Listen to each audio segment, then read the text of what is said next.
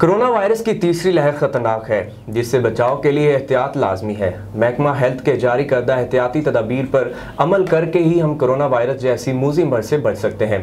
Divisional director health Sibi division doctor Mohammad Daud Marri की media से गुफ्तगू में फैल रहा है। हम कोशिश यही कर रहे हैं कि इसको कंट्रोल करें, ख़ासकर वैक्सीन के बारे में। वैक्सीन इसका बेहतरीन और आखिरी इलाज है। दूसरी जो अहम इलाज है इसकी प्रिवेंशन है। लोगों से हमारी ये दरख्वास्त है कि वो इसको सीरियस लें, वो फासला रखें, वो मास्क पहनें, वो सैनिटाइज़र इस्तेमाल करें, अपने हाथों को बार बार धोएं। ये सिर्फ मेडिकल जो हिदायतें नहीं दे रहा है, इस्लाम ने भी यही हिदायतें दी हैं। खाना खाने के वक्त हाथ धो लें, बार बार जो है ना सुबह शाम गुस्ल करें। जुम्मा की नमाज की जो है उसको ये तैयारी करना पड़ता है, भी गुस्ल करना पड़ता है। ये असल में एहतियाती तदाबीर जितने भी हैं आज से 1400 साल पहले हमारे नबी करीम ने दिए हैं।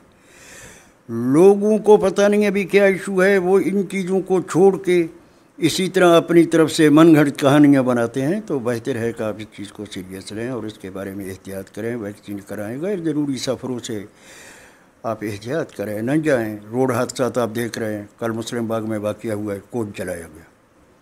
ड्राइवरों से ये हिदायत है कि वो एहतियात से ड्राइव करें। लोगों की ज़िंदगी अहम है, जो एक दफ़ा जाती है वो बाइक नहीं होती है। हर चीज़ में एहतियात हो, कानून को फॉलो किया जाए। कानून बनाया गया, फॉलो हमने करना है। अभी हमारे ऊपर कोई चौकीदार तो बैठा हुआ नहीं है।